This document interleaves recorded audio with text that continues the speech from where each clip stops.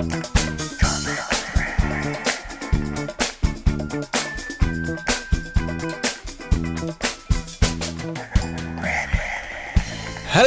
and welcome to Reddit on Reddit, the internet's auditory version of Reddit. I'm Nelson Allingham, joined by Michael Campbell. You know, I want to do something that we don't often do on this show, Nelson, and that's acknowledge possible new listeners. We do pick up new listeners, a couple of new listeners every episode, and maybe you clicked on the thumbnail because you thought that looks like the official Reddit podcast, and we just want to show you we're the official one. Mm-hmm. Yeah. Don't go searching that. Don't, because we're telling you right now. Yeah, and so otherwise you don't need to. It is true that we get new listeners every week, Cambo. Yeah. Don't keep them though. Don't often keep them. It's like a trial period, you know. They try it out for one. They say, not for me. Not for me. Move on. They might find a less official Reddit-based podcast to go listen to. We won't even bother naming the less official ones. We don't want to. We don't want to validate their nonsense any further. Exactly. Kemba, I've made a grave mistake that I think some people may have made during lockdown in particular, or just sometimes in your life. People have done this. Yep. Is it just? I want to paint a picture for the listeners because this is an audio medium. There's not a visual aspect. Is it the choice while working from home to podcast in a full leather jacket, which you have chosen to do today? No. It seems so formal for an at-home podcast to be in a leather jacket. I don't know what it is. It seems like such a going out kind of thing to wear. Kemba, while we podcast, I like to be warm and cool at the same time. So that's why I've got this one. No, it's I have allowed my girlfriend to cut my hair. This has turned out to be a mistake. It looked great at the time. Immediately afterwards, I was like, "Oh my god, this is brilliant! You can do this every time." And then, took a shower, got home, and it started to kind of flop down a little bit more, and I've got long bits on just one side of my head and short bits on the other side, and I should have known when I got to her place and we were sort of getting ready and set up, and she said, "Okay, did you bring scissors?" And then I think the second red flag would be if she was just like any scissors will do, any paper scissors, any scissors, they're all the same. Well, that's what we resorted to, obviously, because I said no, I didn't bring any scissors. You said you wanted to cut my hair. I presumed you had the implements to do such a thing. We ended up using kitchen scissors, so. My hair smells a little bit like cheese as well, I guess, and cut a little odd. You do have. We both have lockdown hair at the moment.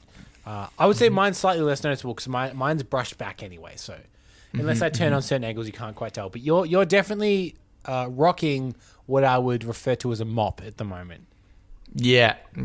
Got full mop going on. Just know Nelson's podcasting full mop leather jacket. That's what we wanted people to do. Yeah, exactly. Draw that image and send it in, whatever you think that looks like. Okay, but we should get into it. This first one is by Regian24. And it was in the subreddit Cool Guides. This was titled 40 Tourist Scams to Avoid This Summer. I thought what we could do is go through just a few and then the listeners can assume the rest of the 40 because we won't be going through all 40. But this also coincides with, I think a few weeks ago we did one that was things not to do in certain countries. Yeah. Don't patronize Mexicans was something that we learned. Luckily. It was like a list of cultural faux pas not to do in countries, some of which we were ignorant of and others of which we knew were wrong. Yeah. But so hopefully this can also help some people when we eventually get back to traveling. All we really needed to do is fill in some time. That's what this podcast is. It's a bunch of stuff that fills in some time while we while away the hours on this earth. So as long as it does that, I'm happy. Yeah, you know what? Success. Tick that box. That's the one thing we can definitely say we do. And also, like, catering for our other listeners outside of our country of Australia is some of them are traveling now. So maybe this is great timing for them. Yeah. Cool. Okay, so this first one is titled The Friendship Bracelet. Watch out for this tourist scam. Someone will approach you and offer you a friendship bracelet. Regardless of what you say, they will try and take your wrist and begin making the bracelet on you and ask for payment. This scam can also be used as a distraction while their accomplice pickpockets you. This is common in Paris, Rome, Barcelona, and Cairo. Interesting. So the idea is they distract you putting on a friendship bracelet and someone picks your pocket. Yeah. I think what you can do is get a free friendship bracelet out of this. If you're witty enough, if you're smart about it. Yeah. See, I think maybe our goal here, Campo, if you don't mind, I think is to find the loophole in all of these tourist scams. Here's how you get a free friendship bracelet. And it involves, and you've got to know immediately where I'm going with this. It involves a decoy wallet. Oh, okay. Maybe you keep your wallet in like a jacket inside pocket, and you put a decoy wallet, empty, of course. It's trash. This decoy wallet in your back pocket, and then they're putting on the bracelet, and you say, "I don't want the bracelet," and they say, "Oh, well, you got it now," and you say, "Well, I didn't want it," and they say, "Well, you keep it," because they think they've got the money anyway, right? Yeah, they don't care about the friendship bracelet. They run off tee with their friends, and they open the wallet, and all that's inside is a note that says, "Thanks for the friendship bracelet." You've been friended. Good. Way too much effort, I think, personally, to have an extra wallet. Here's what I'm thinking. Go out in the street, absolutely nothing in your pockets. And then go up to somebody and assume they do this on you. Because even if they demand money, you go, look, I literally have nothing on me. I have nothing in my pockets. Pull them out. Which they know that by this stage already because their friends that have been trying to pickpocket you have given them the universal symbol of this guy's got donuts. Yeah. Free friendship bracelet. Cool. Scam 1. Done. Reddit podcast 1. Tourist scammers 0 so far is what is the scoreboard. This next one, rose for your girlfriend. A man will approach you while you're with your girlfriend and offer her a rose. He will then ask you to pay for it at an extortionate price and make you feel like a bad boyfriend if you refuse. Right. So this one's social pressure. Social pressure. It's common in Paris, Rome, and Barcelona. I feel like we're hearing some repeat countries here. Yeah. I tell you what, just a quickie sort of spoilers. Don't go to Paris ever.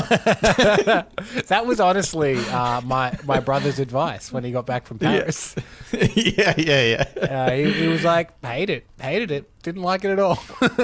Because of things like this, like because of like people trying to take money out of your pocket at every single point wherever you go in Paris. So I mean, I imagine around the touristy bits like the Eiffel Tower mainly.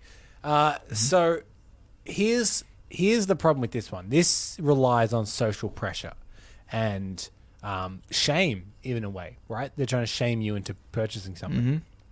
This is where I think Point will go to Reddit podcast. We don't have no shame. Right? That's right. So if they come up and they say, oh, the beautiful lady must have a rose. Surely this gentleman, he's going to buy you a rose. Like, no, she doesn't deserve a rose. Absolutely not. Are you crazy?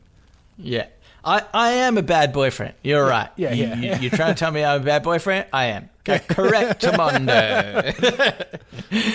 I think that if you really lean into the fact that, because what do you do in that situation? You're a scammer and you're like, oh, come on, you gotta buy this. What are you, a crappy boyfriend? Like, what do you do when they're like, yeah, like, no, I'm agreeing with you. Yeah. Like, stop yelling at me. I'm agreeing with you. I'm a really bad boyfriend. I cannot, I don't know what they're like, because surely they've got a tactic for that, right? Like, I feel like most scammers have had every like response under the sun. Yeah. And Here's where my head went. And I think for this to work, the partner needs to be in on the scam a little bit, right? They need to know that your tactic is to say, yeah, I am a bad boyfriend. What of it, right?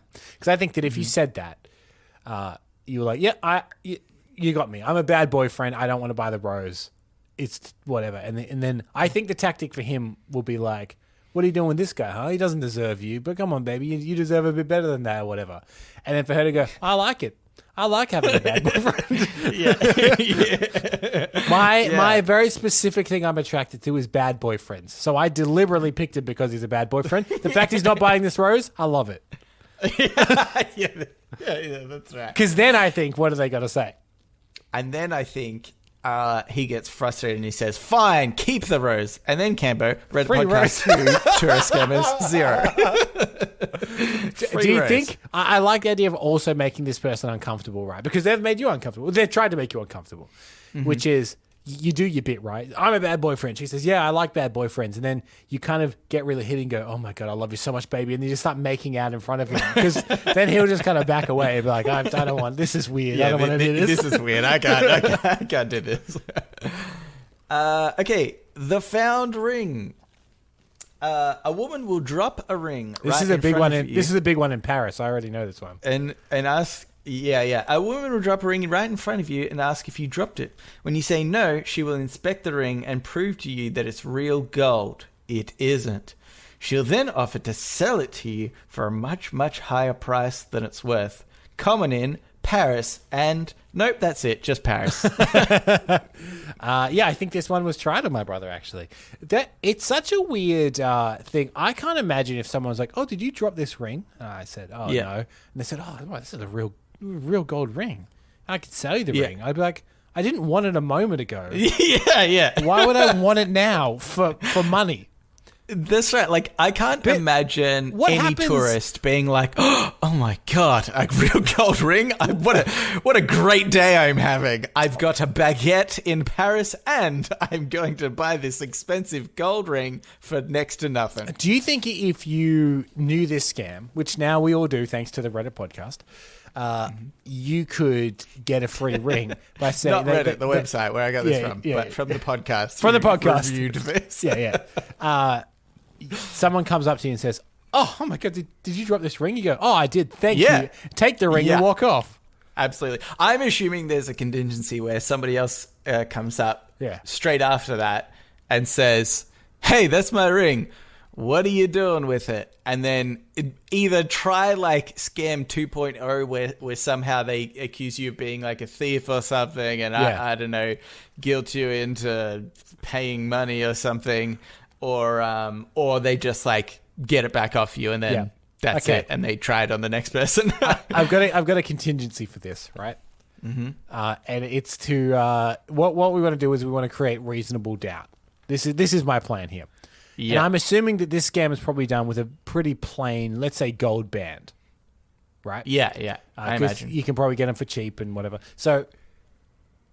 You're walking around Paris constantly with a stack of sheets under your arm, right? And someone comes up sheets, okay, yeah, like sheets of paper. Sheets of paper, okay, sheets of paper under your arm. And someone comes up and says, "Did you lose a ring? Is this your ring?" And you say, "Yes, thank you." You take it off, And then they say, hey, whoa, wait a minute. How do you know it's a ring? That's my ring. That's right. And you say, well, I'm actually carrying around these, and pull out sheets of paper. And it's a missing thing with a picture of a gold ring, like you with a gold ring. Like, I'm looking for this ring. Yeah. So they're like, oh my God. That's pretty good. Yeah. I was literally just about to post these up everywhere. You saved me a lot of hassle. I cannot believe this has happened. The chances of it. Okay, that's pretty good, Kevin. That's pretty good. Here's what I was thinking. It requires maybe a little bit more preparation in itself. But because I imagine the person who drops a ring in front of you and says, is this your ring? And you say yes, they can't then say, oh, no, actually, it's my ring. Right? It doesn't make sense. So they do need another person to come up and say, oh, did I just see you pick up the ring? Or something like that, right? Yeah. But I'm prepared for this because in the time between getting the ring and the person coming up to me, I've put the ring into my pocket. And inside the pocket is a duplicate and cheaper ring. Fake ring, even cheaper than the cheap gold ring. Because the cheap gold ring has to look believable enough. Yeah. You know, that it could be expensive. But my one is like very obviously not that ring.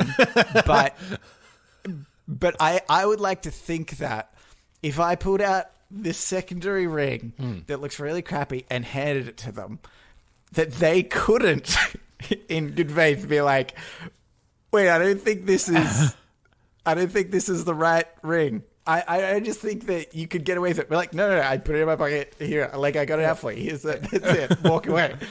You've got like an extra ring. Maybe you could sell that ring for $10. Or scam. Okay, and another one. Walk around with one of the, you know, those little eyepieces that jewelers wear to inspect things. So when they say, this is a real gold ring, go, oh, hang on a sec, and you pop in the little eyepiece. This isn't real gold at all. I think you're scamming me, sir. No. You say, I reckon you say, no, this isn't worth anything. You know what? I'll chuck it in the bin for you. It's not even... I've got it in my hand. I'll be the one to throw it out. Yeah. You're welcome. Lucky you didn't pick that up and try to trade that in. What a fool you'd be. Or you say, well, blow me down. This is solid gold. This is the value that you've quoted for this ring is far underpriced. And if you're willing to let it go for that price, I will happily take it. Then suddenly they think that they actually do have a gold ring and they've accidentally thought it wasn't gold. And then they'll want the ring back. Yeah. Yeah. It's flawless. Yeah. Canberra. I don't want to brag, but I think we're 3-0. So, let's do another few here. This one's called The Thrown Baby. A woman will walk up to you and throw her baby, in brackets, usually a doll, which is interesting that the word usually is used there. Yeah. Because sometimes you will be thrown a baby. A real baby. Throw her baby into your arms. While you're in shock and your hands are occupied holding the baby, her accomplices will go through your pockets or bag. This is common in Rome. I actually love... You know what? I'm kind of on the side of the scammers in this scenario, because I just love the blatant, like, we're going to mug you and you know that it's going to happen, but... Yeah. What they're relying on we've here... thrown a baby at you, and we're hoping that you're a decent enough human being that you don't throw the baby then again. Yeah. Which is why I think that it needs to be a real baby. The doll you just throw away, you know, as soon as you get it. It's that thing relying on human decency is really where this is targeting. Yeah. So that's where you need to batten down the hatches, is you don't want them to mistake you for a decent person that will do the right thing. Yeah. And that's why I'm thinking on Redbubble we should be selling t-shirts. Just plain black t-shirt, white text that says, I'm not afraid to drop a baby. And then if you're walking around Rome, maybe we'll put it in Italian. So they're walking around Rome and they spot you and they're like, oh, hang on a sec. This guy, he's if we throw a baby at him, he's going to drop that baby. Yeah, I think I like even something a little bit more plain, like baby thrower. You know, it definitely wouldn't. It definitely wouldn't work on me. I would throw the baby. Yeah, babies thrown 20, babies caught 0. This like you can throw it at me. I've had babies thrown at me before. I've caught none of them. Watch babies drop to the ground. There's an episode title for you, Nelson. Watch babies drop to the ground. Yeah. Okay, here's another one. This is the street games. A man will perform a game such as guessing which cup a ball is in, or a magic trick on the side of the street, and will have a group of accomplices disguised as tourists watching his show. This is to make you curious and want to go over and watch him. While you're distracted and concentrating on the performer, his accomplices will pickpocket you. Yeah, I feel like that's the classic, isn't? Oh, sorry, that's common in Paris and London. Yeah, I mean the classic example is also it's very familiar, very very similar, I should say, to 3-Card Monte. You know, find the queen. You know, they shuffle the cards around, and then that one's more they have fake people win because there's a very simple trick where you palm a card in 3-Card Monte to switch where the queen is. Yeah. But I think like the cup and ball thing, same thing. You eventually don't have a ball on the table. And, because 3-Card Monte, they throw cards in a very specific way in which they pick it up so it's under the palm of the hand and then they throw it outwards. And that's so when you pick 2 up at once, you can either choose to throw the top or the bottom one. It's just like a little palming trick. But this one is, well, we're going to assume that's what they're doing, but in fact they're actually just going to pickpocket you while you try and watch them do it. So I like that this is a scam within a scam. Yeah. So you think they're scamming you one way, right? You think they're scamming you through the cup and ball. So you're like, I'm going to concentrate on the cup and ball because they're not going to scam me on this. But they're actually scamming you in a way simpler way, which is while you're watching it, they just take stuff out of your pockets. It's so simple. But what's in my pocket, Cambo? Just a handful of rings that are worth nothing. Joke's on them. And then what happens, right? They go into your pocket and they pull out a bunch of rings and a bunch of rings fall to the ground. And you turn to them and go, did you drop this ring? Is that a ring? Oh my God, I think that's real gold. I will allow you to buy it off me though. We got him. Yeah, that's good. And then when they say, okay, they take out their wallet, they give me some money, you come by, throw a baby at them, take the whatever's left in their wallet and run away. So we could take Rome or Paris with a fake baby and a pocket full of rings. Yeah. Take that city for a ride. Give the criminals a taste of their own medicine. We'll have a, like the crime rates will be down so low. Tourist crime in those areas because of a group of vigilantes, aka Nelson and Cambo, have scammed the scammers. Scam the scammers. We're like, how Dexter only murders murderers? We only scam the scammers. Yeah. And people that we think accidentally we misjudge as being scammers, but actually they're just tourists. There'll be casualties. There'll be casualties in war, obviously. Yeah. Sometimes, Cambo, you got to pay the bills. You know where it is. Collateral. An expensive part of the world, Rome and Paris. Not cheap rent. Not cheap. Right? Anywho, we should move on. Get into Ask Reddit. Ask Reddit. Equal Astronaut 8681 says, if you could train any animal in the world to be your pet and protector, what would it be and why? Pet and protector. Yeah. So you need an animal that is good at both, because cuddly, and protective. Yeah, like there's certain protective animals that would be great for protecting, but I don't think they'd make a good pet.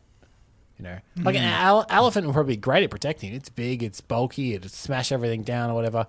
But you got to store that somewhere in your house if it's a pet. You know what I mean? Yeah, that is true. Or that's annoying. Picking up after that on a walk. Whew. Yeah, exactly. Or say you have like an alligator or a crocodile, depending on which part of the world you're in. You're it can protect you in very water-based circumstances, but also you probably have to flood an area of your house to keep it as well. Yeah, on land, not so good. Yeah. Not so good. Yeah. So what we need is something that in the Venn diagram of good, pet, and protective, we're looking for that overlap. Yeah. Grizzly bear? Mm-hmm. Pretty big. Pretty big. But one, cuddly. I like that about a pet, you know? The thing is, like, I feel like, because normally the scenario of a pet, right, is like, you're on the couch, then the dog or a cat, whatever, curls up, give it some pats, pretty cute. This scenario is a little bit different, where I imagine the bear is on the couch and you kind of snuggle up into the bear. And it pats you. Well, that is next level pet. The bear works in some circumstances depending on where you live. So you live in like a city apartment. So getting the bear out of the house to come with you, or out of the apartment to come with you somewhere to protect you, I feel like that's going to be a more annoying thing, because like the elevator ride alone, I think would be quite annoying. Yeah. Well, it would have to take the stairs because it would exceed the weight. That's what I'm thinking. So yeah. Thus leaving you unprotected for an entire elevator ride in which your enemies would get you. It's where I'm the most vulnerable already. But if you live somewhere with like a bigger backyard, maybe the back's onto like the woods or something like that, a bear's great. I've just realized another problem with the bear. They hibernate during winter. They do hibernate. All of winter, I'm just all I'm of winter duck. and sit and duck. All of winter and in elevators. They're your weak points. Yeah, yeah. What about? I actually never get in an elevator during winter, just because obviously that's the double whammy, and I cannot afford to do that. You'd have to start hibernating too. Yeah. So honestly, I don't hate that idea. I do not hate that idea. So what about this? Is I'm sure probably a cliche, and the answer's there on the post, but something like a lion is somewhere in that middle ground, isn't it? Hey, probably. Yeah. That's pretty good. Like a lion. I like a lion. Yeah. I mean, I like cats in general. So, although the problem is, right, like I feel like all animals in general, let's say, that there is a tendency that they can, like cats can scratch you, dogs might bite you. I know even in, if they're in a scared situation or something, where it might be out of character, but otherwise, you could get injured from your own pet. Yeah. You wouldn't want to risk that with a lion or a lot of things. Yeah. Because that one, like, accidental scratch, you're like bleeding profusely from the gut. I'm thinking about Megs. He's far from a lion. He sits on my lap. When he's happy, he kneads my leg with his claw. Yeah. Doesn't particularly hurt. He's only got tiny little claws. Yeah, I'm now picturing that with a lion, and I think it's getting through to like down into my veins. It's gonna sever an artery in my leg, and I will bleed out. Bone. Yeah. I think though we've missed a really obvious animal. Camber, because what is technically an animal, and of course this show loves technicality. Humans. Yeah. So naturally, I would be getting Keanu Reeves because of all of his training on the set of John Wick and the SAS or whatever. Didn't he like train with them or something? Yep. For roles, I feel like Keanu Reeves could be deceptively protective, and you can't rule and also out, a great pet. You can't rule out the fact that he could actually be the one from the Matrix, because we could technically be in the Matrix, and he could be the one. He could be the one, and then all my problems are solved. Yeah. It's either him or Tom Cruise, obviously. But, obviously, yeah. But Tom Cruise is, he's got that Scientology blood running through him. Yeah, that's what's keeping him eternally young. Yeah. Well, if we're going technicality, it's like getting a naked mole rat. Like, yeah, technically it's a pet, but like nobody really wants it, sort of thing. It fits the bill, but yeah, not really. If we're going technicality, I might stick with animals of a type, and I might go the Teenage Mutant Ninja Turtles. Oh, okay. I mean, that's just totally ridiculous. Obviously, they're ninjas, right? But also, you could imagine hanging out with them eating pizza in the sewers, couldn't you? Teenagers are the worst, though. If you said teenage, if you said adult Mutant Ninja Turtles, respectable adult Mutant Ninja Turtles, I'd be like, okay. Yeah. I mean, sound like a bunch of fun. Raphael is the rude dude with attitude. You know what? He better drop that attitude real quick if he wants to be in my employ.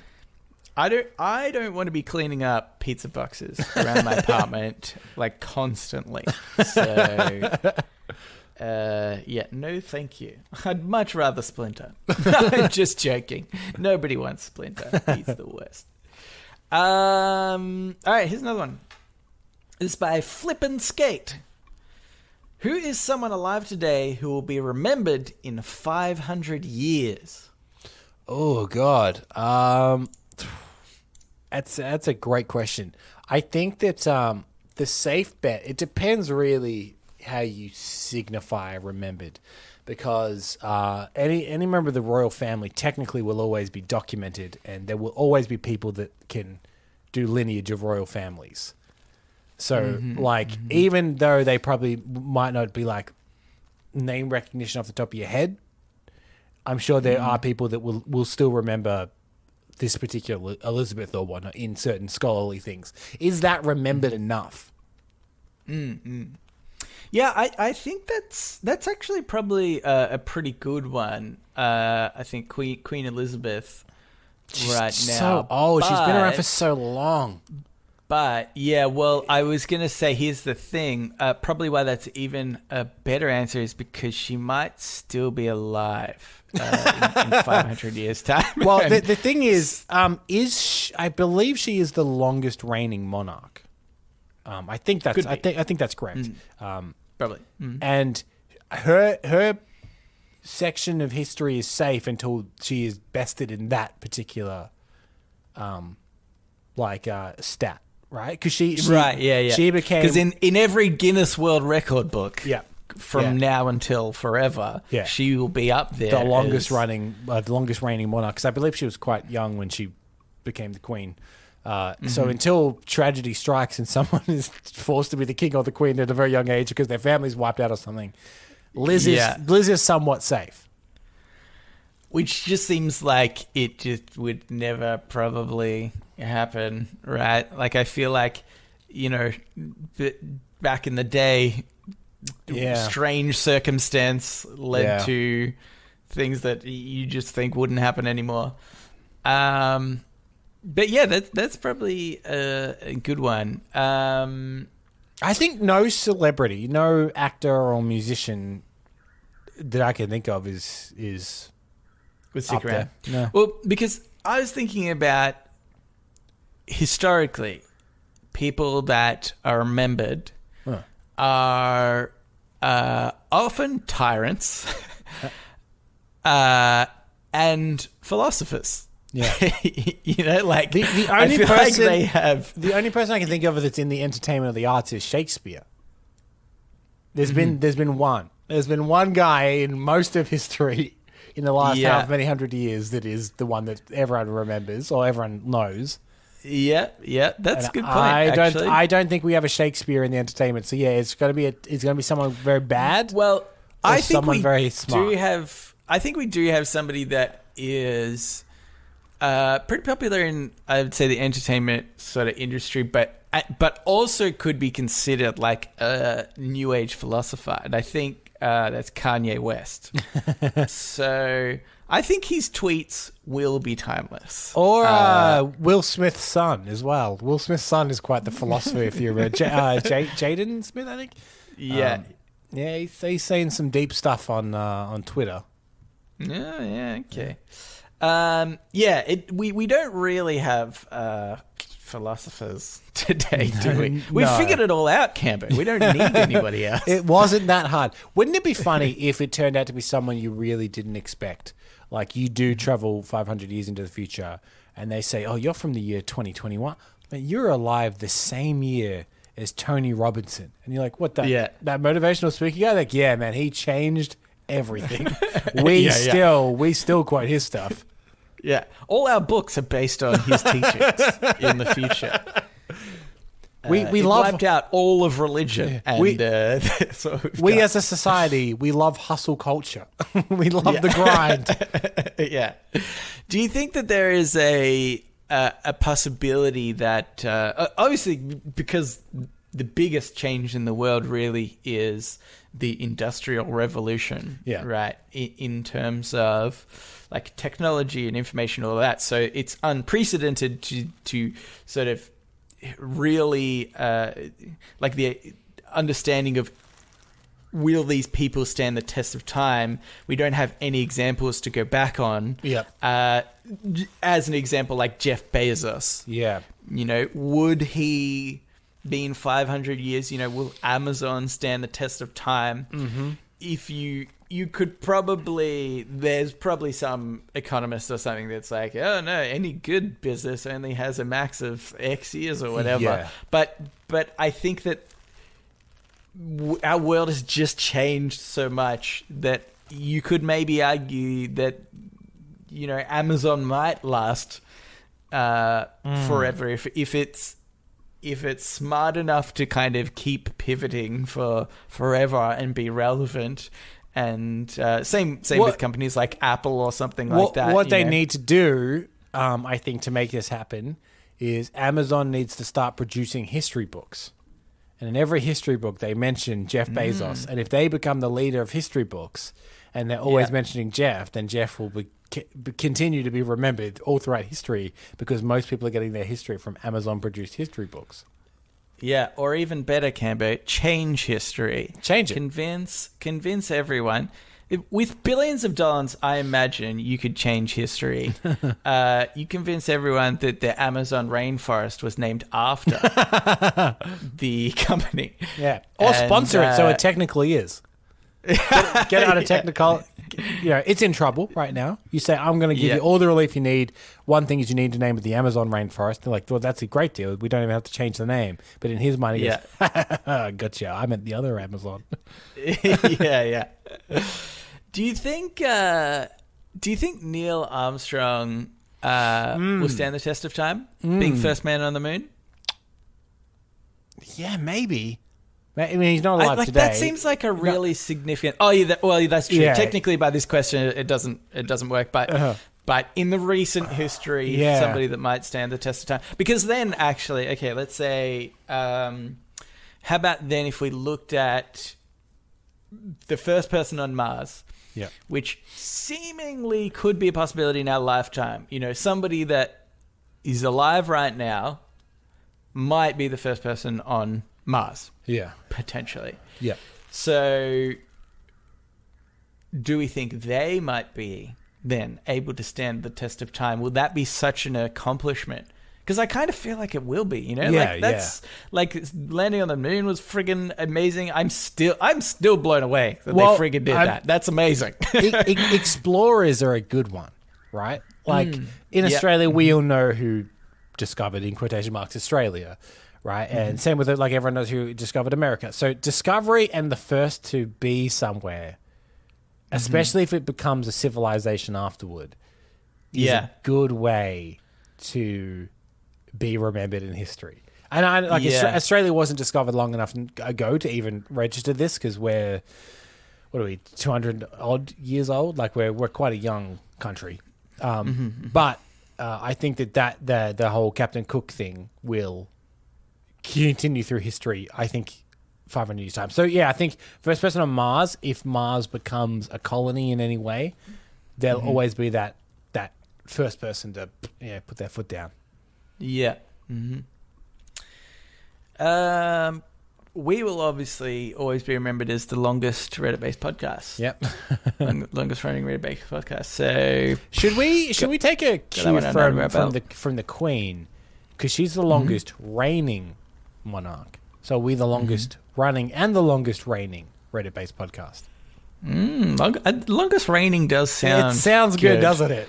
Like we're in control of it. Yeah, We're not. Oh boy, no siree. Every week we have no idea what's going on. We're barely holding this show together. It's a blur. It's a blur. Let's get into Today I Advice. So now it's time for Today I Learned.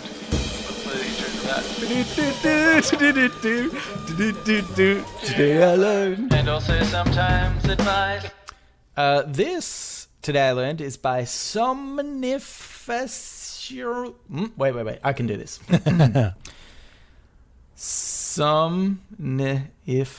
Ancient Sawyer. I saw the word ancient in there. Let's just... Anyway, they said, today I learned Sir Tim Berners-Lee invented the World Wide Web in 1989. He was frustrated with the fact that he had to go and ask his co-workers what data was on their computer so he can add it to his computer, which led him to creating an application that became the World Wide Web. That instantly tells me... Tim Berners-Lee, Cambo, invented probably the most important thing and neither in us the knew world him. today. Neither us knew No him. one knows his name. Yeah, he's not gonna stand the test of time for 500 years. He didn't even... When was it? 80 what? 89. Yeah, I was born. That's 32 years ago, and he's already gone. He's already forgotten. Yeah. But yeah, we've got to keep him alive by randomly bringing up this fact occasionally to people. Well, yeah. Well, I mean, they're very probable that he is still alive, I guess. 80, if he probably. 89. Yeah. So, do you think that he looks at the internet now and goes, should have monetized that a little bit more? I should have called it the Tim Berners-Lee net. God damn it. Instead of www, it's TB. Like, you make sure his initials are always TBL. there. Oh TBL. my God, that would have bbeen so good. TBL, readitpodcast.com, Yeah. Oh, man. I feel so sorry for this sucker. I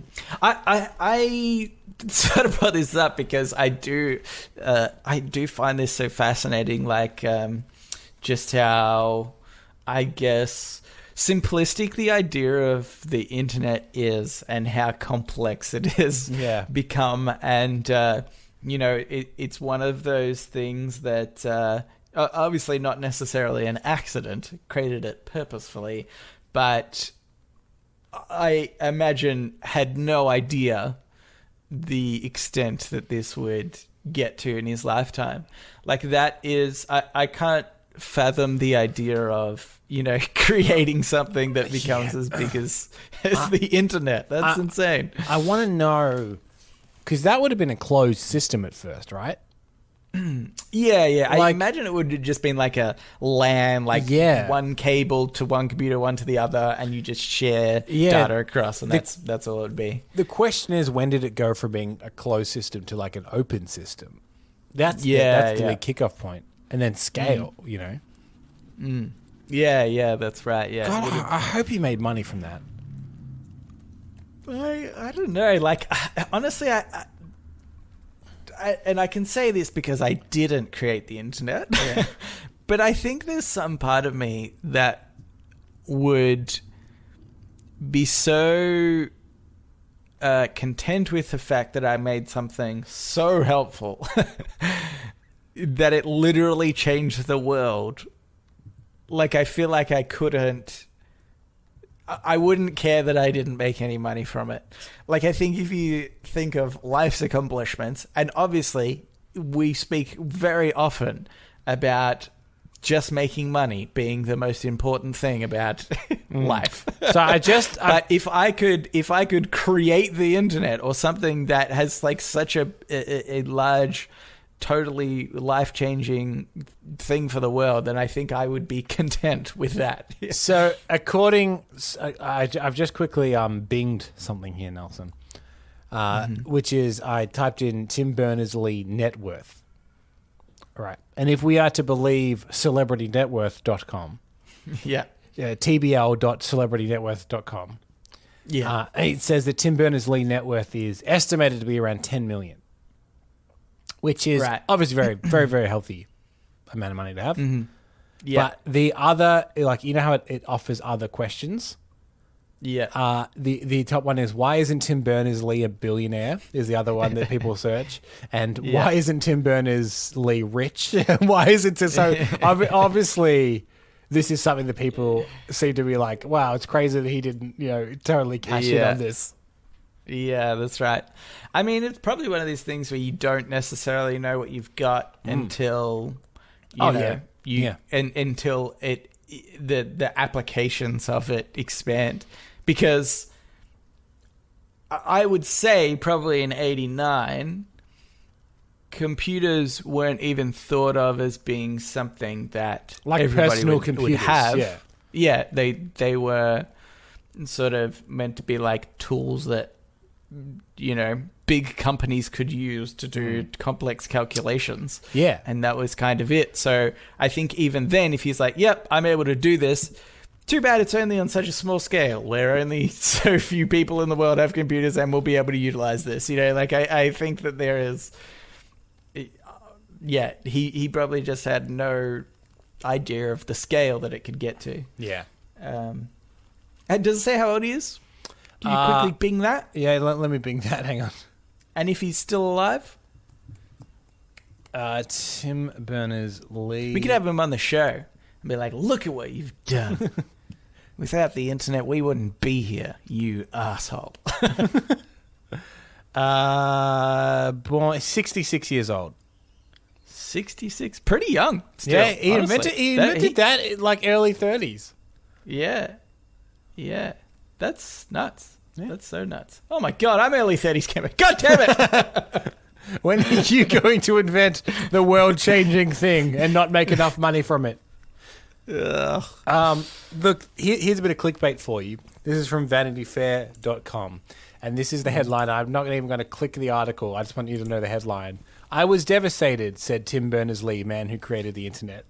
It's a good bit of clickbait, isn't it? I think I do.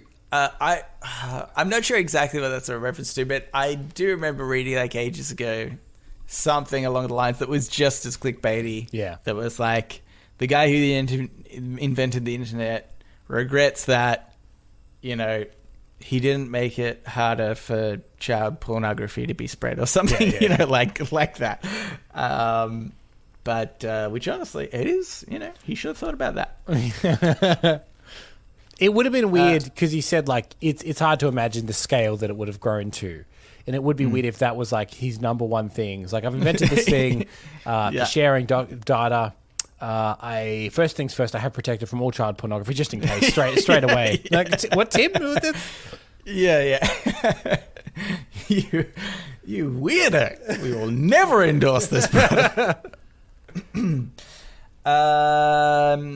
Anyway, I think we should probably move on and get into shower thoughts.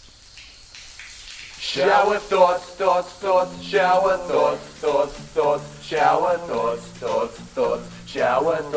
thoughts. This shower thought is by True Alpha 16. If Iron Man had made Hawkeye a suit that could shoot arrows, in brackets, because that's his thing, like he did for Spider-Man, Hawkeye could have actually been useful. This is what I don't understand about... this is an ongoing joke, right? Mm-hmm. Hawkeye is not useful. Mm-hmm. I think he's pretty useful. Like, he isn't superpowered, but he was doing some shit. Like, you know what I mean? It's not like... The thing is, you can say they would have won the battle without him, and maybe that's true, but that doesn't mean he wasn't useful in the battle. Here's the thing, though, Camby. You're thinking about this wrong, mate. Okay, imagine Hawkeye. You're imagining him? Yep. Now imagine Hawkeye in an Iron Man-made Hawkeye suit. Imagine any superhero in an Iron Man suit. They're better.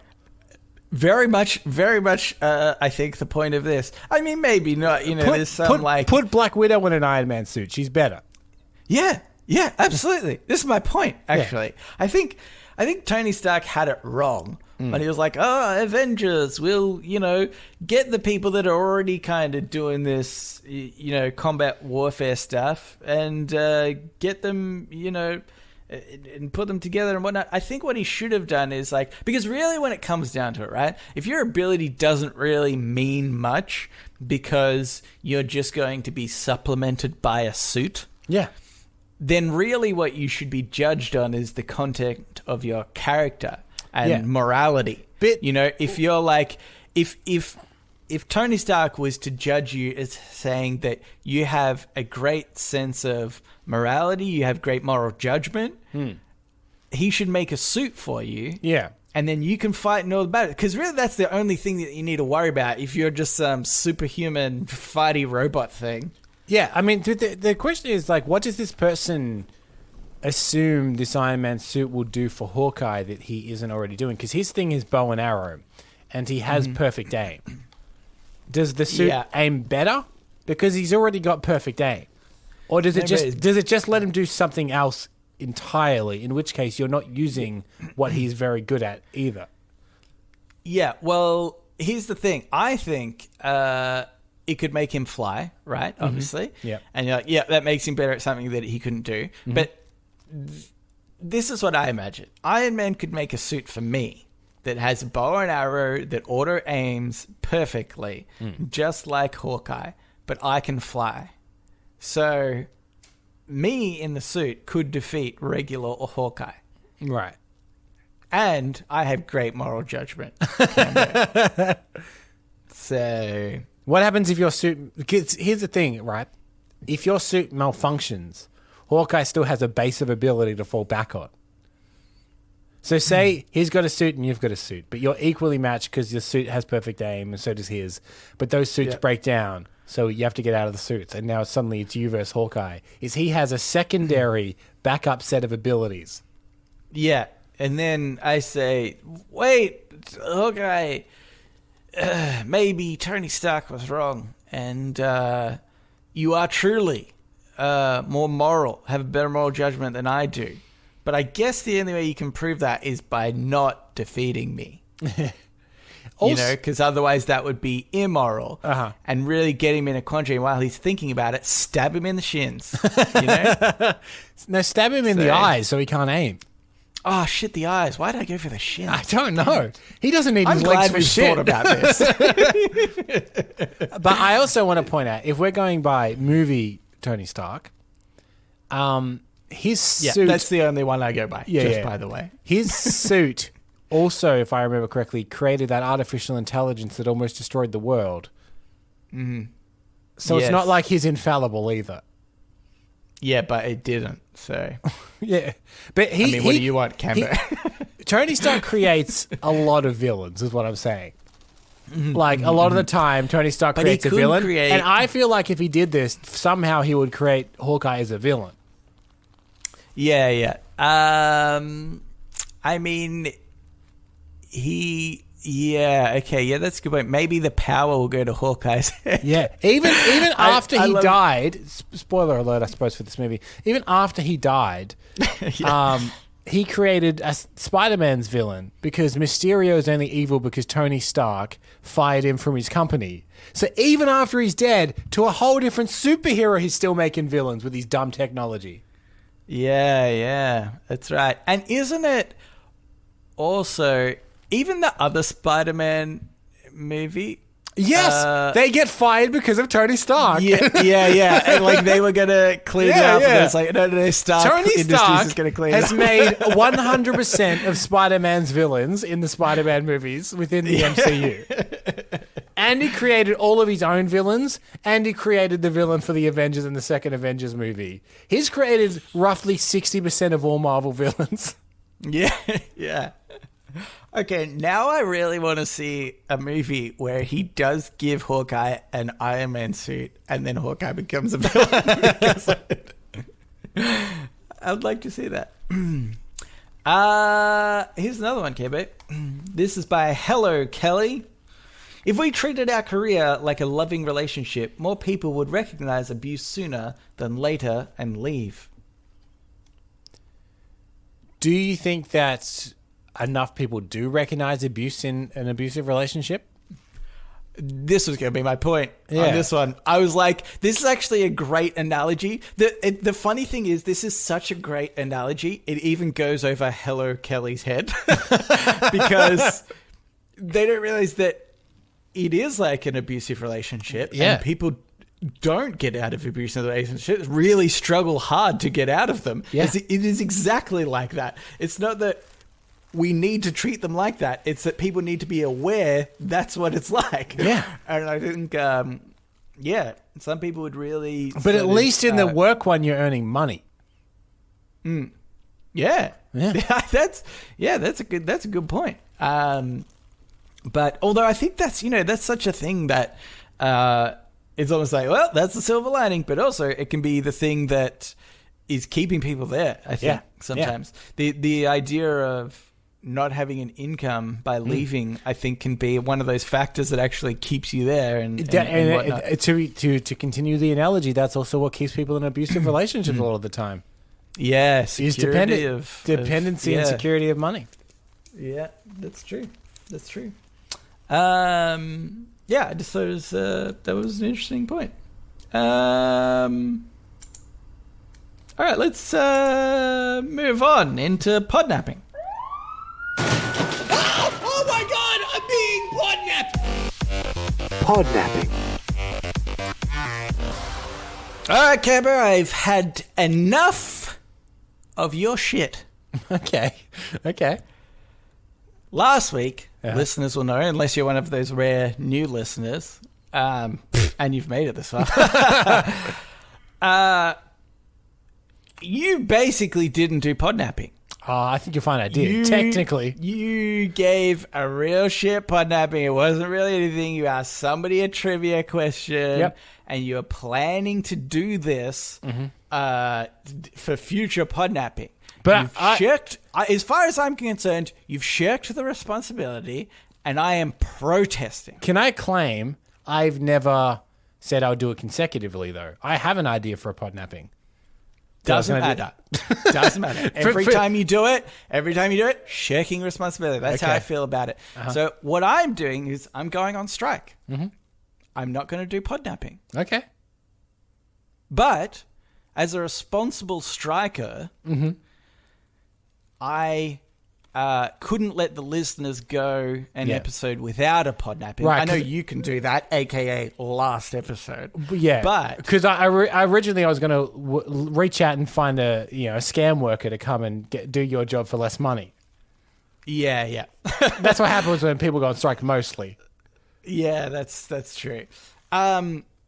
So what I've done because I still feel a responsibility to the listeners and this show for providing a podnapping, I've outsourced podnapping. Okay. And I've given it to Hallie and Dory. I've asked them during the week to come up with a podnapping, and they're going to do it. Now, here's the thing. They haven't done it yet.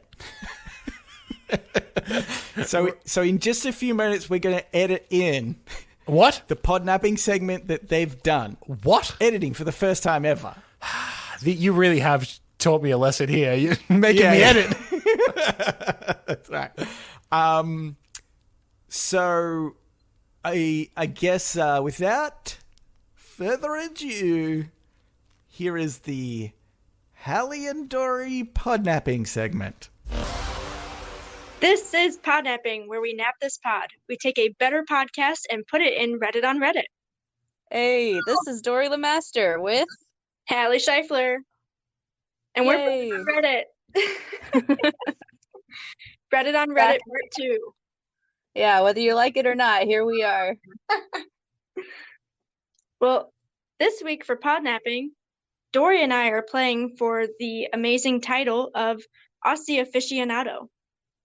Which we've decided is totally legit and no one can take it away from us. That's very true. It's a lifelong achievement.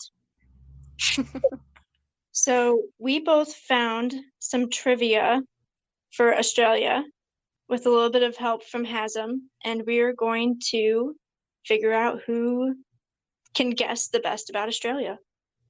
And we've got a tiebreaker at the end, just in case anyone listening along wants to try to guess too. Oh, yes, please play along. All right, well, do you want to start us off, Dory? Sure. All right. And just to make this note here, I went off of Google, and if Google is wrong, I have no way of knowing. So, yeah. Google's not wrong. All right. Okay. My first question for you, Hallie. All right. How many states are there in Australia? A, 9, B, 6, or C, 14? How many states? Right. B? Wow, yeah. Yeah, that's it. Yes. My Good guess job. my guess was honestly 5.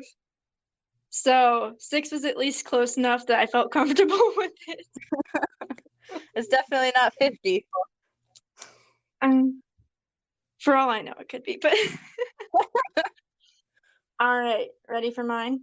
Absolutely. Okay.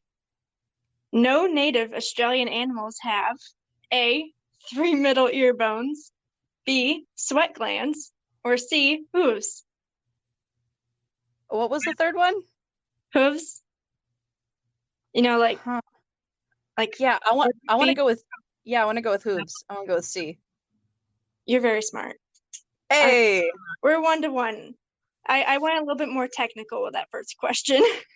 Okay, I literally Googled Australia trivia and questions that showed up. And see, that's why I was amazed that we didn't have overlapping questions. Yeah. Thanks, Although, Haz, by the way, for vetting these. now, I did search fun Australia trivia, so Oh yeah, I went with the boring Australia trivia. So that would be the difference. That's okay. that's why my first question was just so much fun. Okay. All right. Question 2. All right.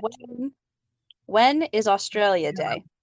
Is it A, January 26th, B, March 2nd, or C, August 10th?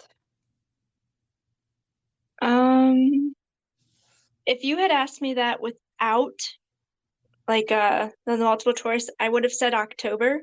So I'm gonna go with C because that's closest. Cool. Yeah, that's not it. Damn it, It's no. January 26th, at least according to Google. So, Hey, that's almost my birthday. aw, That doesn't mean anything, but that makes, I guess, both me and Australia special. indeed. And maybe you'll remember it next time when it ever becomes important. It will never become important. All right, my next one. Now this is where you really get to see the fun. How many convicts were sent to Australia between 1788 and 1856? Oh, geez. A, 100,000, B, 150,000, or C, 200,000? Oh, wow. All of those feel wrong. Is it B, 150,000? Damn it, Dory, stop being right. Hey! Yeah, it was like, I don't remember if it was either 140 or 160, but it was within like 10,000 of the 150,000. Cool. Quite a few convicts. Okay, I have a question for you. This isn't the trivia question, but are you aware of the existence of fairy bread? I am. I wasn't. My old supervisor was Australian, so we'd have Australia time with Glenn, and I'd hear random stories.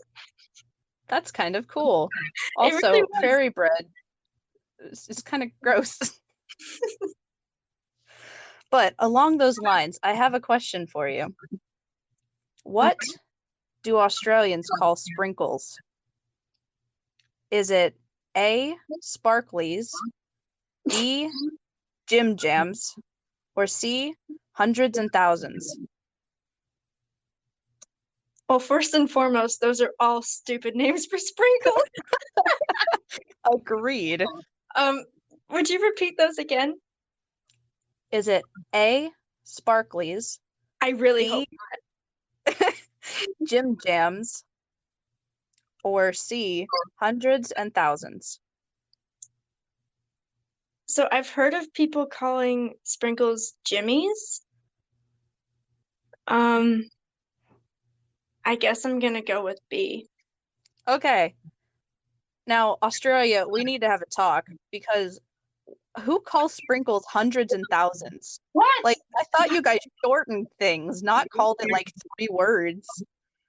That, why would you call them hundreds and thousands?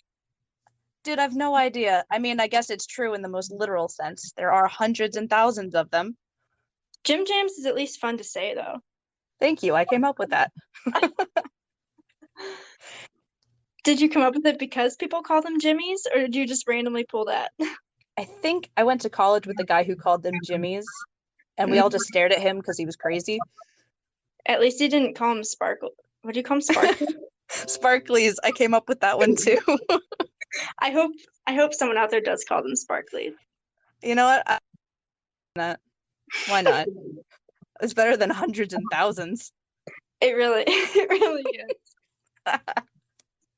All right. Well, my next one is there are 5 correct answers, and you get 0.2 points for each one you get right. Cool. It's a pretty easy one, though. All right. Which 5 countries are larger than Australia? It's no multiple choice. So you have to come up with them. Wait, like countries? Yes. Which 5 countries are larger than Australia? Okay. Well, Russia for one. That's one. China. Yep. Canada. Yep. Is the US technically bigger than Australia? Or are we about the same size? You tell me. I'm gonna go with bigger because I can't think of 2 more that are bigger than Australia. Okay. Africa, duh. Africa? Wait, that's a continent. Africa as a whole is larger than Australia. You are correct, but that does not get you a point. India's not as big, is it? I'm gonna say India because I really can't think of any others. All right, well, all of them are right except for India. Okay. The 5th one was Brazil. Oh, that is a pretty huge place, isn't it? Yeah, it's I think that's what you were thinking of when you said Africa.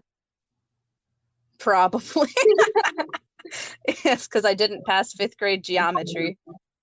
All right, well, Geography. I can't even do math now. Okay. That's All a right. problem if you didn't pass geometry. Actually, I loved geometry. But anyway, that's neither here nor there. No, that's very important right now. Okay, my next question. What percentage of Australia is classified as desert? A, 60%, B, 70%, or C, 80%?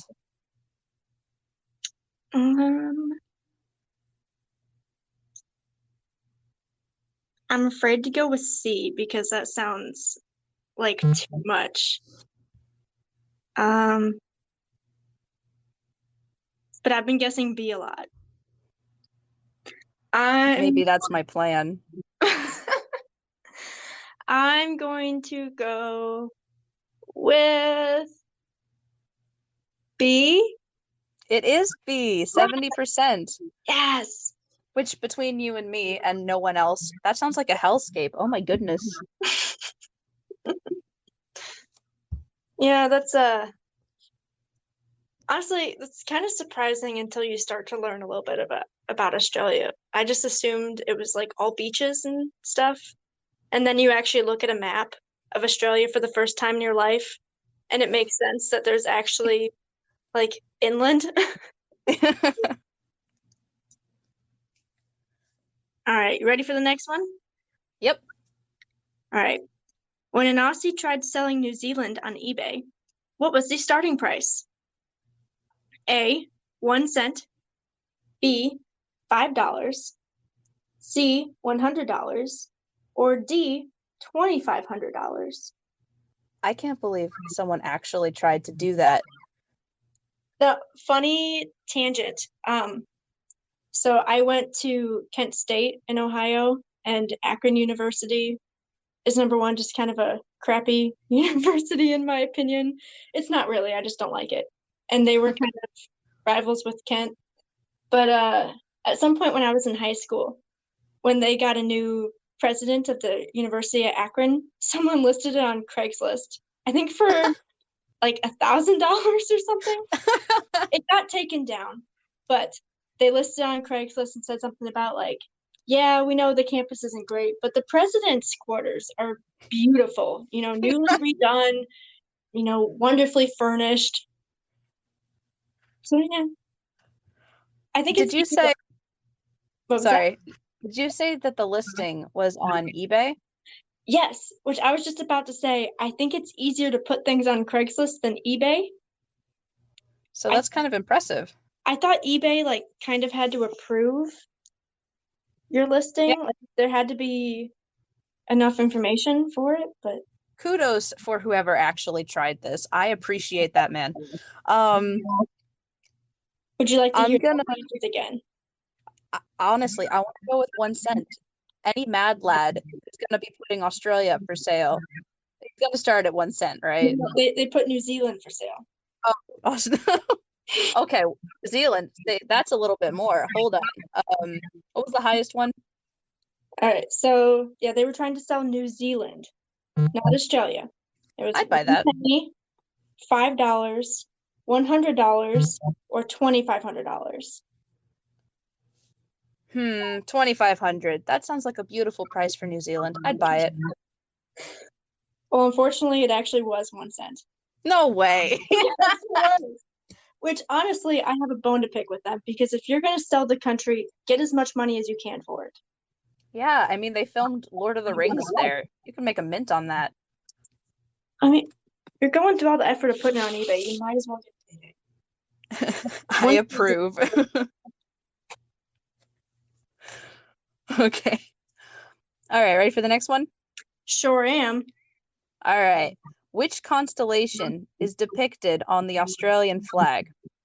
Is it A, Cygnus, B, Centaurus, or C, the Southern Cross? I don't even know what the Australian flag looks like. Well, it's really pretty. It's got stars on it. I sure do, but what's that group of stars called? I can't remember. Oh, gee, hold on. Let me see if I can find it for you. Oh, look at that. I know the answer. All right, name them again. Cygnus, Centaurus, or the Southern Cross? I feel like Southern Cross is like such a, I don't know. It's like a dumb answer if it's one of the other ones. But also, if you came up with the other ones, then you came up with some bad options because they're nothing like Southern Cross. But I'm really leaning towards Southern Cross. One more time. Cygnus, Centaurus, Southern Cross. I'm gonna go with Southern Cross. Hey, it is. Good job. I really had a feeling, Good feeling. Good job there. All right, so that was the last of your questions, correct? Oh no, I do have one more. Unless you don't, but that's fine. I technically have two more, so I guess Okay, cool. we'll go with that. Okay. So, how many kangaroos are there in Australia? Now, this one it's hard to find like the most current information, but I did go off of the Australian government website. So, I mean, just don't complain because that is what they said officially. Well, it's not like I'm gonna fact check you. Yeah, that's not allowed. Okay. All right, you ready? Yeah. How many kangaroos are there in Australia? 750,000, 15 million, or 50 million? Approximate. I love kangaroos. I'm gonna say 50 million. That's correct. Really? Hey, that's cool. I think the answer was more around like 43 million, but close enough. Yeah. It's all a rounding game here. I'm Reddit on Reddit. Yeah. All right, my last question, also my favorite question. How many days has it been since someone drove into the Montague Street Bridge? Oh man, Dory! I do occasionally look at that website, but I have not recently. I Googled it this morning, so my information is very up to date. Did you Google it like an hour ago, though? It might be up by one. No, you're correct. Okay, I'll give you like plus or minus 1 or 2, okay?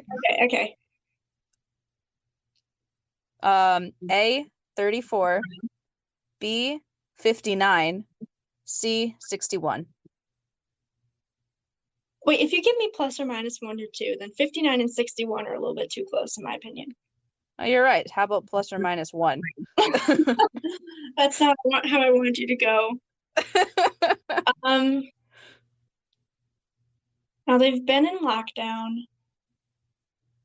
but it's been off and on.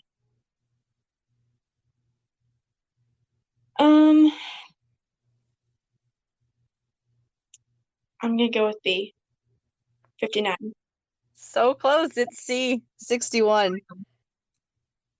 So It's close. been 61 days, which is a travesty. I really needed that plus or minus. That's all my questions. All right. My last one is very similar to my previous one. How many camels are there in Australia? A, 75,000. B, 200,000. C, 750,000. Or D, 1 million. That's a lot of camels. When you think Australia, you don't think camels. They all sound like too many camels. What was B? 200,000. I'm gonna go with that one. That one feels right. You'd be very shocked to know that there are about 1 million camels in Australia. No way. That's so many camels. Isn't that just like absolutely legit? It's crazy. Let's go back to the kangaroo questions. I thought there'd be, like maybe 50,000 total. I guess, camels in desert. And now that we know that it's 70% desert, I guess that makes sense. Yeah, I guess so. Right. Well, our scores, you ended up at 3.8 and I ended up at 3. Sweet. In case Went on technicality. Well, in case somebody else is tied, I think the best question of them all is a tiebreaker. Oh boy. You don't know the answer to this, so do you want to guess? Kinda, yeah. So, sorry, I think this is a funny question. Okay. An American will consume an average of how many pounds of bread per year? Oh, geez. And you're just gonna have to guess. And I'd say whoever is within 5 pounds gets it right. All right. Like each American singularly, on average, how many pounds of bread they'd eat in a year? Oh, geez.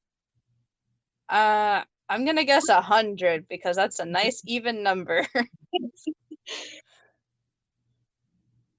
What is it?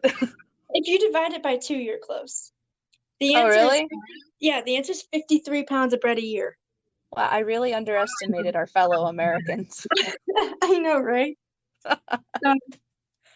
If you got between about 48 and 58, you can say you got that question right. Yes, Dory, let's pretend I did. No, Dory, you were double. I'm sorry. You were double. Yeah, but no one else has to know. You do know that we're recording this. Oh, real? Oops. Well, unfortunately, you are now Aussie aficionado. Unfortunate. I'll take this as a win. Yes, I have already written it on my resume, so now I have to go into my computer, edit my resume, and take it out. I was very confident. I mean, You could always just fudge it. I hear this will actually land you a few jobs, so it's not like they're gonna listen to this and check. I'm afraid they're gonna double check, and then I'll lose my accreditation of everything because I lied about such an Fair. important title. Be true to you. That is the Reddit on Reddit saying, isn't it? Oh yeah, they say that every week, right? Yeah, we do. Yeah, be true to you. That's my yeah, that's what we always say. Well, I don't know about you. Okay, well. This is better than any other podnapping I've ever heard. Yeah, I think I'll have to agree with you on that one.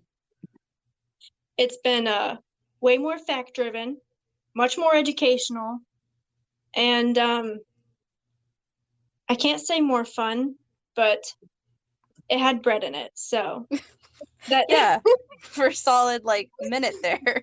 yeah. I mean, you talked about fairy bread.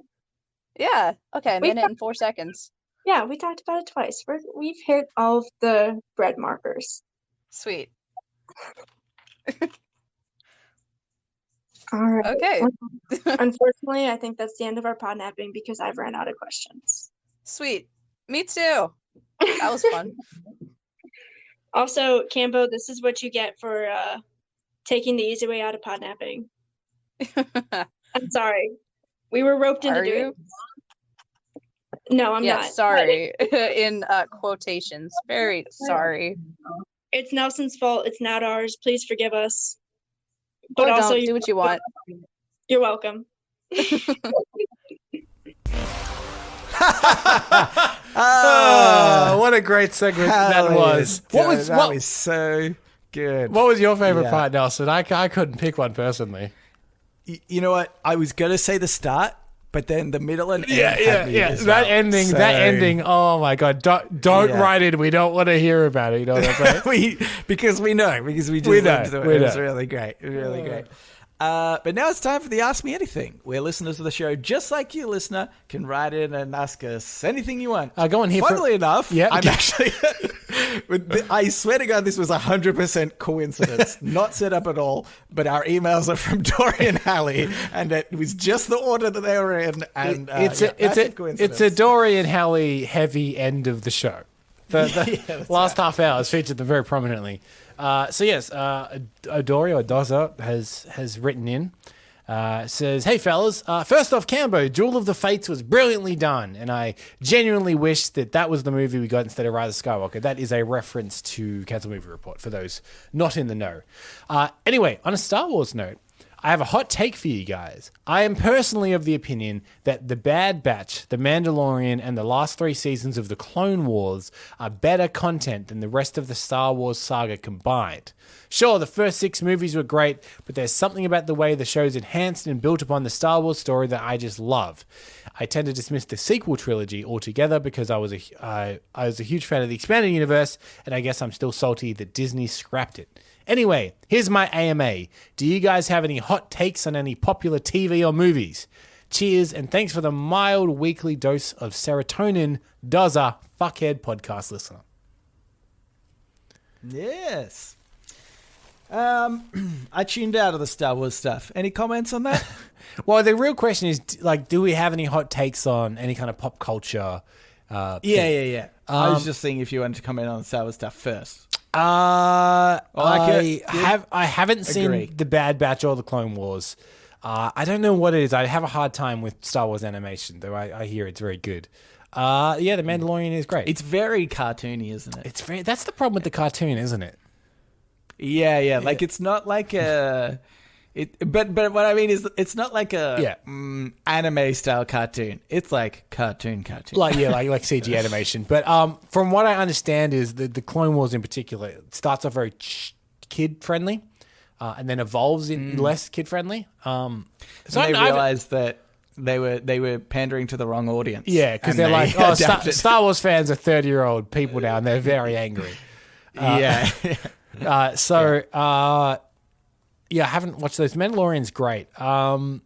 It's the only problem with the original trilogy for me is that nostalgia always gets me with those, you know? Like, I had them all on VHS and I would watch them all the time. So arguably, The Mandalorian probably is better, but I am a bit blinded by nostalgia. Hot takes on pop culture. I'm sure I have a few. I think that Anchorman is trash. I think I've said that on the show before. Which one, sorry? Anchorman. I think Anchorman is trash. I don't think it's funny at all. Okay. A hot take specifically. A hot take specifically for Australians. So this will be very regionalised.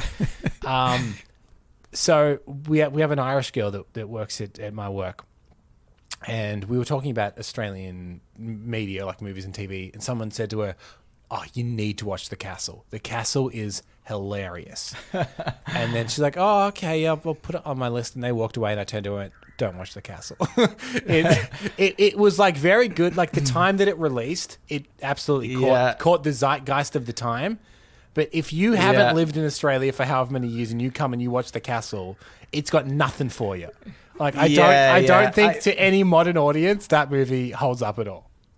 Yeah, I haven't seen it for, honestly, probably since it came out. Yeah. But it's a very sort of Aussie bogan. Specifically Australian. And a man's home is his castle. Yeah. And that's like, he's basically fighting against the government building like an airstrip over his house, over his property or something like that. But it's like very specifically 90s suburban Australia. There's jokes about reading the Trading Post and, oh, what's that thing going for on the Trading Post? Tell him he's dreaming. Like, that's the joke. I forgot to tell him he's dreaming. Like, honestly, that's probably carried on into like just regular colloquialisms or phrases that Aussie says. Tell him he's dreaming. But yes, people don't like my opinion on Anchorman. The other thing I would say, this is a little bit more film nerdy, is Ridley Scott, the guy that directed like Alien and Blade Runner. I don't think he's very good. I think he makes good movies occasionally, but I would say if you zoom out at his whole filmography, I would say at this point there's more bad than good. And I don't actually know if he's that good. I just think he's made a few good movies. Yeah, I reckon that's so easy to do, though, isn't it? Like, I think that you can have people that, like, accidentally do great movies or something, and probably your interpretation of the movie and their interpretation of the movie is vastly different. Yeah, but it doesn't matter because there was some weird, like Venn diagram where you got in the center of the greatness. I would say that Alien is a good example. Alien's a great film. And it had a very good script. It didn't have much money, and he wasn't an established director, so they wouldn't let him get away with a lot of shit. And he made the movie on budget and on time, and it was well cast, which wasn't his job. It was well shot, and he's not the cinematographer. It was well written, and he didn't write the screenplay. But you know what? He directed it on schedule and on time, became a big hit. He's made 2 more Alien movies, Prometheus and Alien Covenant, both of which are terrible. They're not good. Yeah. So the more freedom he got, the worse his movies got. And like it's got to the point now where there's a movie coming out later this year called The Last Duel. And it's written by Matt Damon and Ben Affleck. For the first time since Good Will Hunting, they've written a script, right? It's a medieval thing about a duel in medieval times. Adam Driver's in it. It's got a great cast. I was excited for it. And then I found out Ridley Scott was directing it. And a part of me went, shit. Yeah. That's right. I just talking about directors and stuff that they do. Do you know who I really kind of respect because I think they were like, I've got a thing and that thing is good and people like it. Yeah. Which is Wes Anderson. Yep. I think he was just like, I can do this type of style. I'm real good at one thing. People really like. And I know that, and I'm going to stick to it. Yeah. And I think that's I totally respect that, to be like, I know what I'm good at, and I'm going to keep doing it. And I have no desire to do anything else.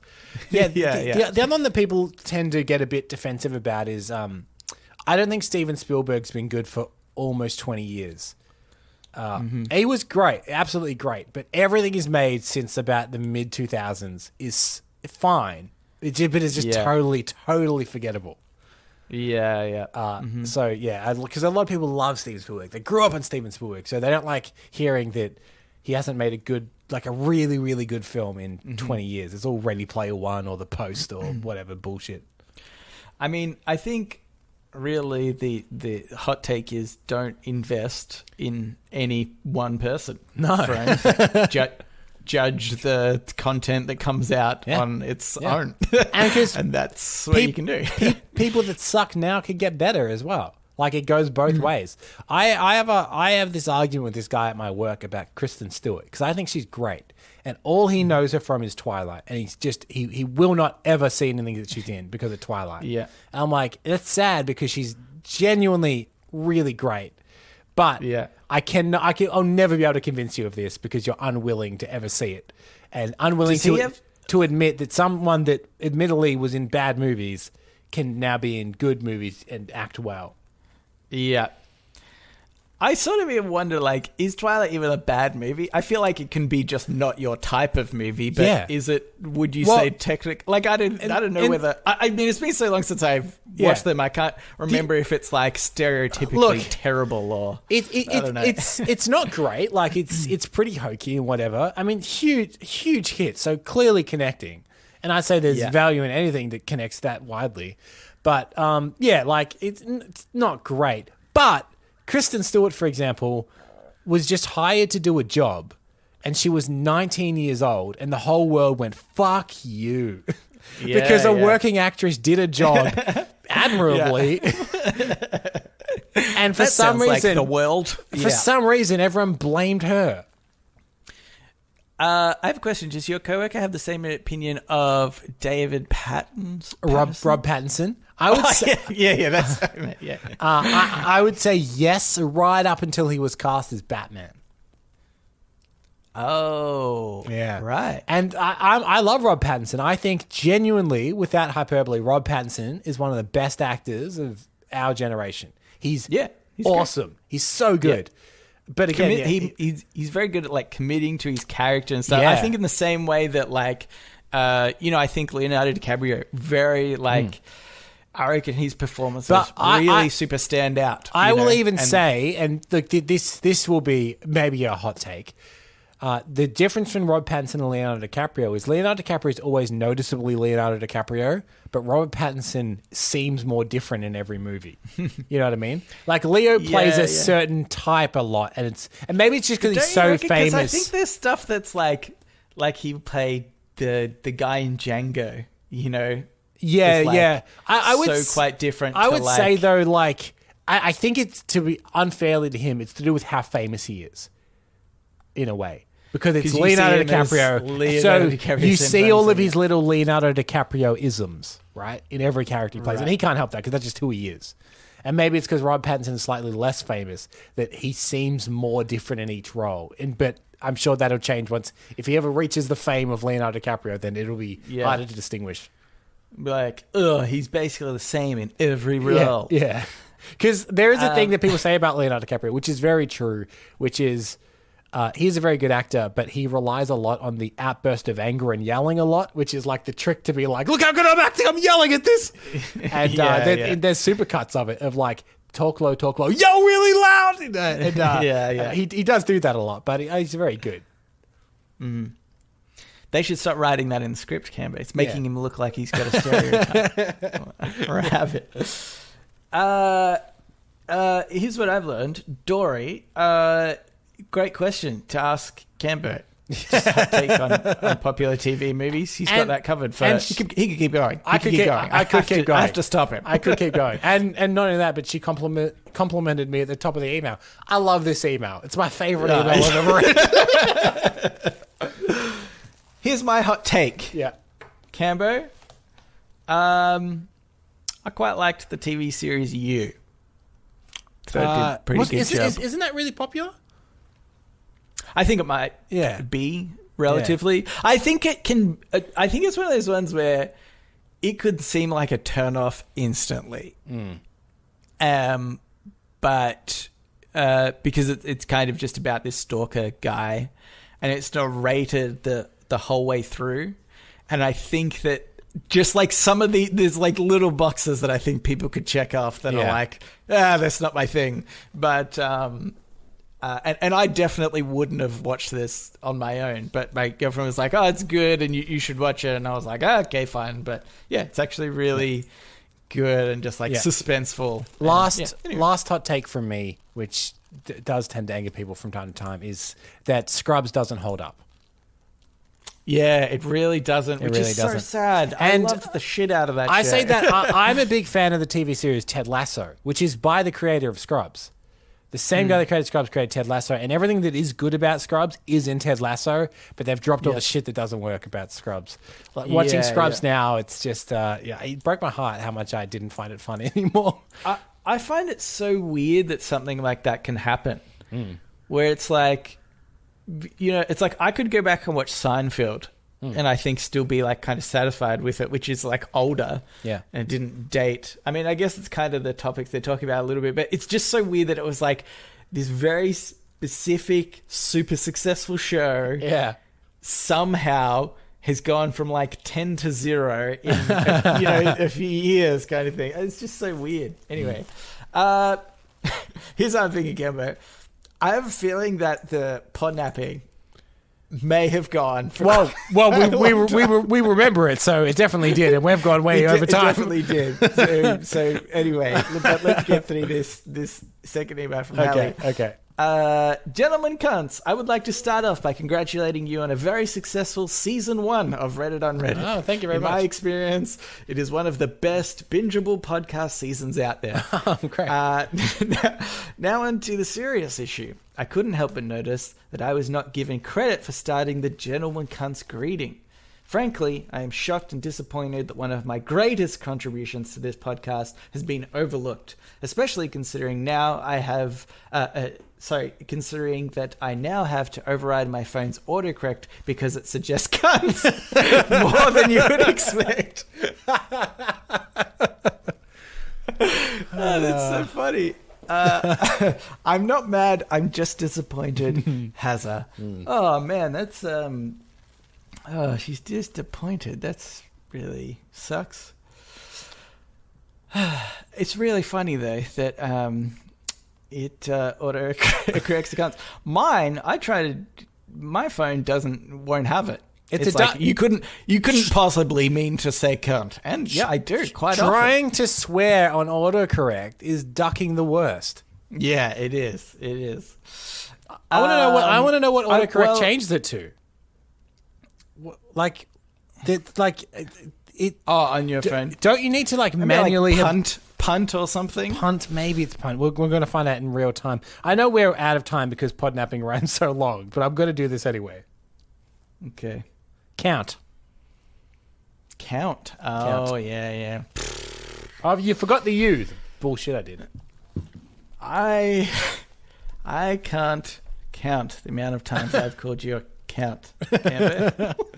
Anyway, we're going to wrap this up. This is a long episode. Anyway, I would like to officially apologize to Hazza for not crediting her with the Gentleman Cunts greeting. Whoever asked us that other episode, I can't remember. It came from Hallie, and we're forever and eternally grateful. Yep. And she's a pretty good cunt. So top count. Yeah, top count. But that's it for the show. So thank you for writing in and doing the podnapping, Hallie and Dory. If you would like to write into us, you can do so. Reddit podcast, READIT podcast @gmail.com. Yep. You can also reach us at Facebook, Twitter, and our subreddit. They're all READIT podcast. We'd also appreciate it if you could subscribe if you're one of those new listeners, and rate us on whatever podcasting app you're listening to us on, if you're able to do so. And if not, tell a friend. Tell an enemy. If you don't like the show, tell an enemy. Say, oi, cunt, and then say, listen to Reddit on Reddit podcast. Yeah. And, or don't, because you're my enemy. And they're like, I'll show him. I'm going to lose it every episode. That's smart. The reverse psychology. That's good. That's good. But that's it. So thanks for listening, and we will read you later.